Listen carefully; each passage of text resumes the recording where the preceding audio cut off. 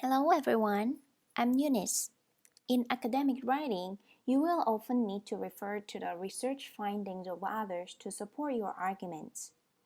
In order to do so, it is necessary to use reporting verbs. However, if you always use say, as in White says or Brown says, it would be boring. But don't worry. Fortunately, there are varieties of reporting verbs in English to choose from. We can use reporting verbs like this. White 2011 suggests that raw sugar in moderation is both healthy and desirable. Or White 2011 argues that raw sugar in moderation is both healthy and desirable. Did you notice any difference? Which one sounds stronger? Yes, the second one. Reporting verbs can indicate either the author's personal viewpoint or your viewpoint regarding what the author says. However, you may find it difficult to use reporting verbs because there are so many different verbs, and each of them has slightly different and often very subtle shade of meaning. So, I am here to help you choose the right reporting verb depending on situations. First, what the author is doing. Second, the extent to which you agree with the author. Third, the significance the author has placed on the information. Fourth, the way the reporting verb fits together with other words in a sentence. First, let's talk about the reporting verbs that show what the author is doing. There are 4 different categories: argue, think, show, and find. The verbs in the argue category are usually concerned with writing or saying. For example, argue suggests, propose, point out, observe, explain, conclude, claim, state. Verbs that belong to think category are usually concerned with thinking, knowing, understanding. For example, think, believe, assume, feel, hold, hope. What about show? It contains verbs concerned with indicating a fact or situation. Show, demonstrate, reveal, indicate, confirm, and imply. Finally, find includes verbs concerned with the research process. Find, discover, observe, establish, identify, infer. Second, we will learn how to express the extent to which you agree with the author.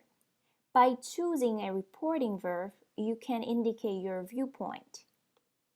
A belief that the information is correct, a neutral attitude towards the veracity of the information, or a belief that the information is incorrect. When you believe the information is correct, use, acknowledge, define, demonstrate, explain, identify, observe, outline, show, throw light on. When your position is neutral, you can say add, argue, claim, clarify, conclude, describe, express, feel, find, indicate, inform, present, propose, remark, remind, report, state, use. If you do not agree with the author's argument, you might say allege, confuse, disregard, ignore.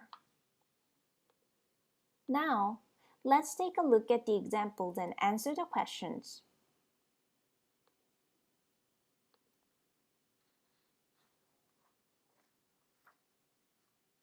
Which one shows that you think the information is correct? Yes, number 2. Which one shows that your position is neutral? Number 3. That's correct. Then, which one shows that you do not agree with the author? Of course, number 1, because you want to say that the author ignored or missed some important points. Okay, let's discuss how to use reporting verbs regarding significance of information.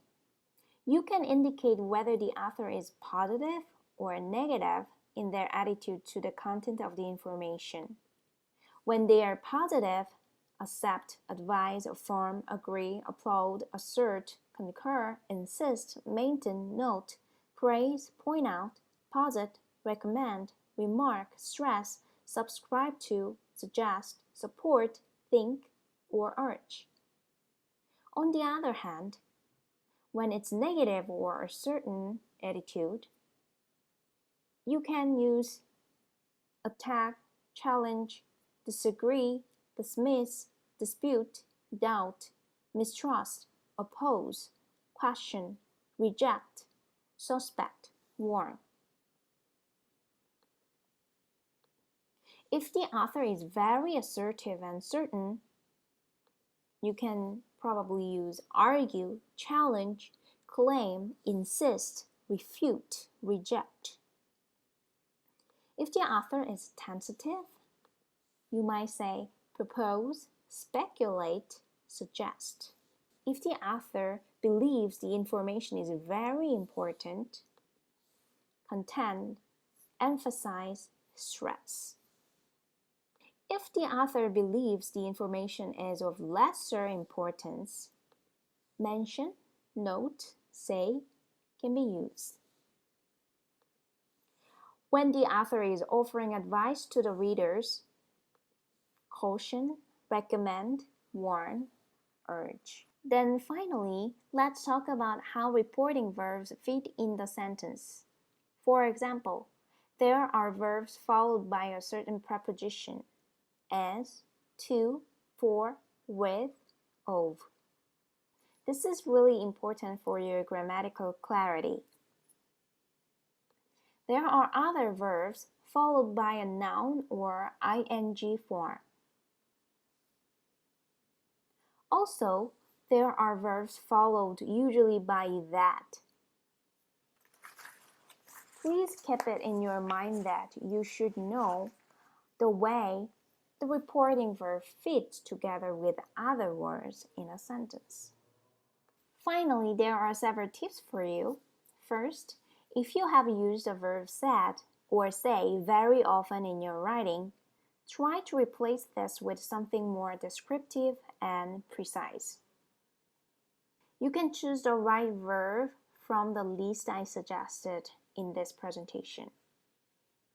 Very often in academic writing, reporting takes place in the present tense. This is because of the need to bring past research into the present moment.